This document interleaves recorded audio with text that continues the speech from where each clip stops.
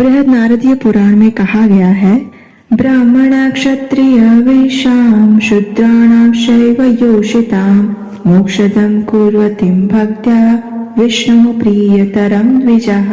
अर्थात हे ब्राह्मणों, भले ही कोई ब्राह्मण क्षत्रिय वैश्य या शूद्र हो, परंतु यदि कोई पूर्ण भक्ति भाव से एकादशी व्रत का पालन करता है तो वह निश्चित रूप से मुक्ति का अधिकारी होता है। तो ये है एकादशी व्रत का महात्म्य। यदि कोई परम भगवान श्री कृष्ण को प्रसन्न करना चाहता है तो उन्हें एकादशी व्रत का पालन अवश्य करना चाहिए। एकादशी व्रत के पालन से भौतिक इच्छाएं तो पूरी होती ही है, लेकिन सबसे मुश्किल जो है वैसी परम आध्यात्मिक गति भी प्राप्त होती है। इसलिए भगवान श्री हरि को अत्यंत प्रिय एकादशी तिथि का स्थान सर्वोपरि है। अब देखिए, एकादशी की महिमा के विषय में तो हम जानते ही हैं, लेकिन जितना महत्वपूर्ण एकादशी व्रत करना है उतना ही महत्वपूर्ण है इस एकादशी का समापन या पारण करना। तो आज के इस वीडियो में हम आपको बताएंगे कि एकादशी व्रत का पारण कब और कैसे करना चाहिए, एकादशी पारण एक निश्चित समय में ही क्यों करना चाहिए, और अगर किसी कारणवश ना कर पाए तो क्या करना चाहिए।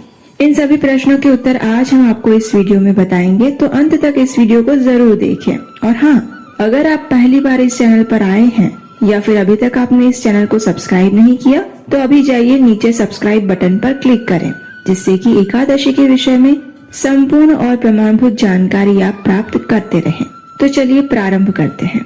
पद्म पुराण में कहा गया है, महाहानि करियेषा द्वादशी लंघिता नृणाम करोति धर्म हरणम स्नातेव सरस्वती। अर्थात जिस प्रकार कोई बिना स्नान किए सरस्वती नदी में चरण डालता है तो वह अपने पुण्यों को खो देता है, उसी प्रकार यदि कोई द्वादशी पर भी अपने एकादशी व्रत का पारण नहीं करता तो उसके पुण्यों का भारी मात्रा में क्षय हो जाता है। तो अब इस श्लोक से आप समझ ही गए होंगे कि एकादशी व्रत का पारण करना कितना महत्वपूर्ण है। एकादशी के दिन व्रत धारण करने के बाद अगले दिन द्वादशी पर इस व्रत का पारण करना चाहिए। प्रत्येक एकादशी तिथि का प्रारंभ होने का और समाप्त होने का एक निश्चित समय होता है और उसी के अनुसार द्वादशी के दिन एकादशी पारण करने का समय भी तय किया जाता है। पारण करने का ये समय प्रत्येक एकादशी पर अलग अलग होता है और एकादशी व्रत का संपूर्ण फल व्यक्ति को तभी प्राप्त होता है जब ये पारण उसी निर्धारित समय के दौरान किया जाए। इसलिए जो भी व्यक्ति वर्ष की किसी भी एकादशी व्रत का पालन करता है उसे अगले दिन एकादशी व्रत का पारण भी निर्धारित समय में ही अवश्य करना चाहिए। चलिए अब देखते हैं कि एकादशी व्रत का पारण कैसे करना चाहिए। इसके विषय में भी हमारे शास्त्र स्पष्ट रूप से दिशा निर्देश दे रहे हैं। कात्यायन संहिता में कहा गया है, प्रातः स्नात्वा हरिं पूज्य उपवासं समर्पयेत् पारणं तु ततः कुर्यात् व्रत सिद्धौ हरिं स्मरन्।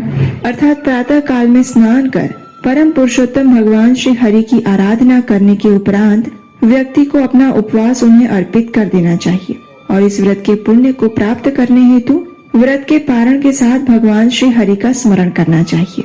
तो एकादशी व्रत का पारण करने के लिए सर्वप्रथम एकादशी के अगले दिन यानी द्वादशी पर प्रातः ब्रह्म मुहूर्त में उठ जाएं, स्नान इत्यादि से स्वयं को शुद्ध कर लें। उसके बाद जिस प्रकार आपने एकादशी के दिन भगवान की मंगला आरती की थी उसी प्रकार द्वादशी के दिन भी भगवान की मंगला आरती करें या फिर उसका दर्शन करें। उसके बाद तुलसी देवी की पूजा करें, उन्हें जल अर्पण करें और उनकी कम से कम 3 बार प्रदक्षिणा करें। और याद रहे, द्वादशी के दिन हम तुलसी पत्र नहीं तोड़ते हैं, इसलिए यदि आपको भगवान को भोग लगाने के लिए तुलसी पत्र की आवश्यकता है तो उसे एक दिन पहले ही तोड़कर रख लें। अब तुलसी देवी के समक्ष बैठकर हरे कृष्ण महामंत्र की निश्चित संख्या में माला का जाप करें।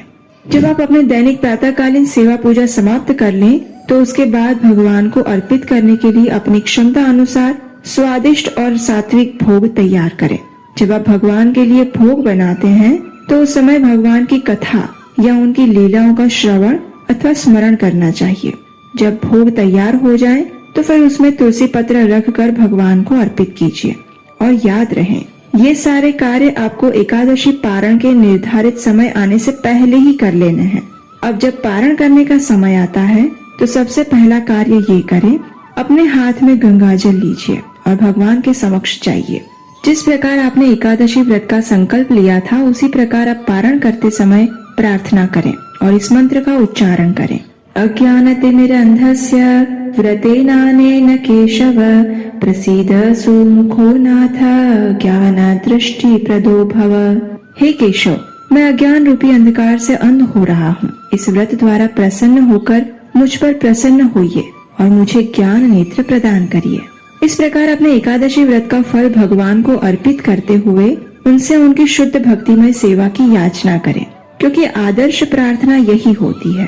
भगवान से हमें कभी भी भौतिक चीजें नहीं मांगनी चाहिए, क्योंकि ये चीजें अशाश्वत हैं और अंत में वे सभी दुखों का कारण बनती है। और फिर जब आप परम भगवान की भक्ति और सेवा मांगते हैं तो भौतिक सुविधाएं अपने आप ही आपके पास आ जाती है। बिल्कुल उसी प्रकार जिस प्रकार 2000 रुपए के नोट में 50 और 500 का नोट अपने आप शामिल हो जाता है।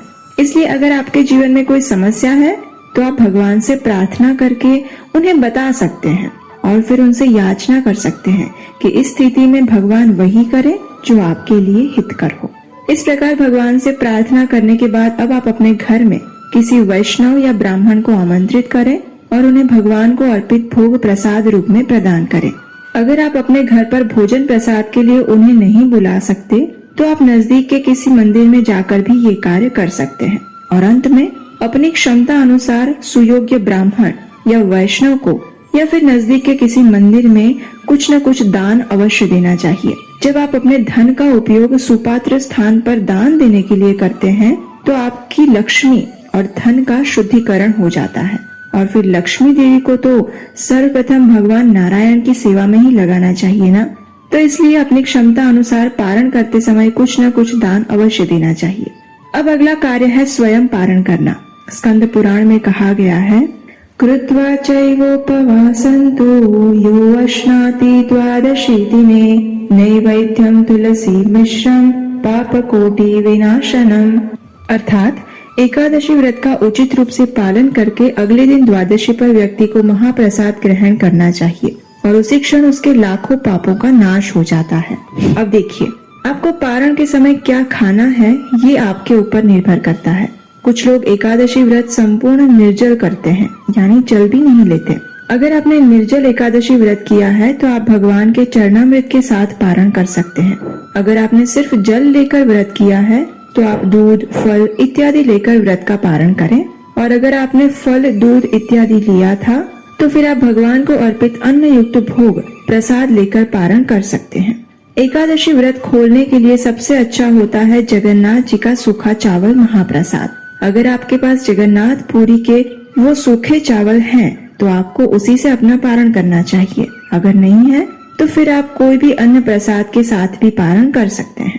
स्वास्थ्य की दृष्टि से देखा जाए तो पारण के समय अधिक और भारी अन्न युक्त भोजन नहीं लेना चाहिए, क्योंकि पिछले दिन के संपूर्ण उपवास के बाद शरीर को फिर से कार्यान्वित होने के लिए थोड़ा समय लगता है।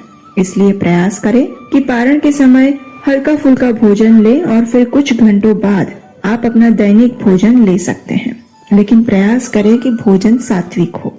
इस प्रकार जो व्यक्ति विधि पूर्वक निर्धारित समय में एकादशी व्रत का पारण करता है उसे न सिर्फ एकादशी व्रत का संपूर्ण फल प्राप्त होता है, अपितु उसके पूर्व जन्म के अनेकों पाप नष्ट हो जाते हैं और वह आध्यात्मिक गति को प्राप्त करता है। चलिए अब आपके आखिरी प्रश्न का उत्तर देते हैं। अगर कोई व्यक्ति पारण के निर्धारित समय पर पारण ना कर पाया तो क्या होगा? कई बार ऐसी स्थिति होती है कि पारण के समय आप इस प्रक्रिया का अनुसरण नहीं कर पाते हैं या फिर उस समय भोजन नहीं बना हुआ है, तो क्या करें? तो ऐसे समय में आप पारण के समय पर संपूर्ण अन्न प्रसाद लेने के बजाय सिर्फ एक चावल का दाना स्वीकार करके भी अपना व्रत खोल सकते हैं। ये भी आपका पारण ही कहलाएगा। अच्छा, अगर कोई भूल गया कि इस समय में पारण करना था लेकिन याद ही नहीं रहा और समय चला गया, तो फिर क्या करें? तो देखिए, शास्त्रों में ये कहा गया है कि अगर कोई व्यक्ति निर्धारित पारण समय पर एकादशी व्रत का पारण नहीं करता है तो उसका एकादशी व्रत अधूरा रहता है और फिर उस व्यक्ति को अगले दिन यानी द्वादशी पर भी पूर्ण उपवास करना पड़ेगा और फिर अगले दिन वह पारण कर सकता है। जी हाँ, पारण समय का इतना महत्व है, तो इसलिए अगर आप एकादशी व्रत करते हैं तो याद से निर्धारित समय में ही पारण करना अति आवश्यक है। और अगर याद नहीं रहता है तो अपने फोन में अलार्म लगाइए कि मुझे इस टाइम पर पारण करना है। इससे भी आपको सहायता मिलेगी। एकादशी पर निश्चित समय पर पारण करने के महात्म्य के ऊपर श्रीमद् भागवतम में एक सुंदर कथा भी आती है। अगर आप वो कथा सुनना चाहते हैं तो हमें नीचे कमेंट बॉक्स में लिखकर बताइए कि आप सुनना चाहते हैं, फिर हम आपके लिए वो कथा लेकर आएंगे।